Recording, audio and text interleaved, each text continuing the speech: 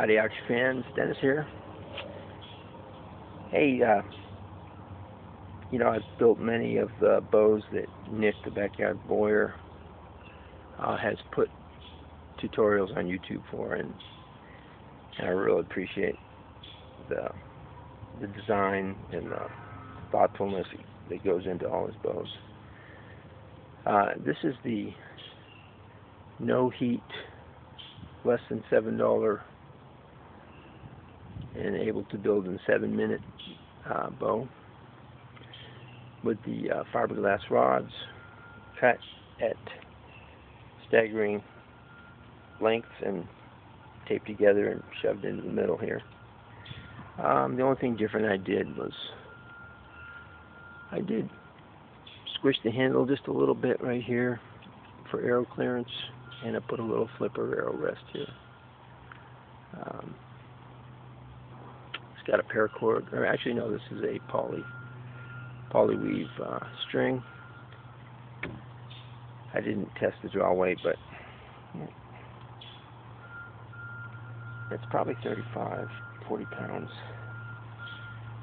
I wanted to shoot it for you. Before I shoot it, just a couple comments. After shooting this and seeing the performance of this, I really appreciate the difference that flattening makes in the performance, and tapering tips to lighten them up. So if you have a heat gun and you can make a flattening jig and flatten your PVC pipe, taper your tips, makes a world of difference. This bow, even though it feels like it draws, decent amount, which it does, feels like it should have good performance. Compared to the designs with the flattened limbs and the tapered tips, hands down, they're way ahead of the game, way better. This has a lot of hand shock, a lot of the energy is lost in these big, heavy, fat limbs. And if I'm shooting these gold tip 35-55s with 125 grain tips at 15 to 20 yards, half the time they're bouncing off my foam target, not even penetrating, just bouncing back.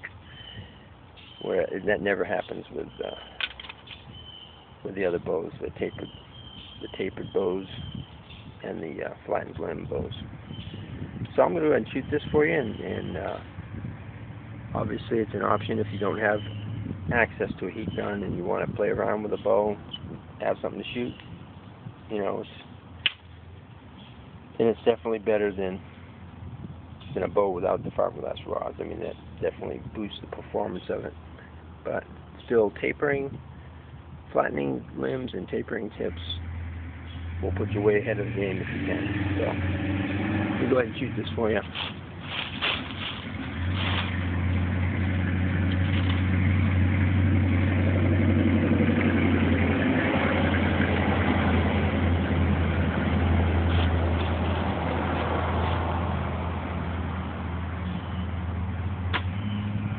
And the other thing I noticed is this bow, the arrows tend to drop rather quickly, so I'm trying to compensate by aiming a little higher.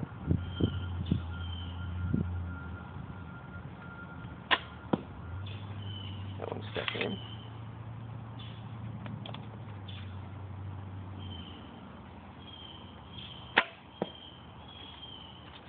That one's stuck in. Naturally, it's going to make a liar out of me.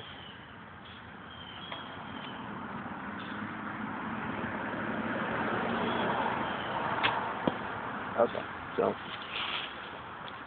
they all stuck in this time. What can I say? Last time I shot it, I had half the arrows bounce back, but it's a good bow. If you don't have access to a heat gun, it's an option. Like Nick said, it's definitely safer than a pipe-only bow, because the rods are going to give it some stability, and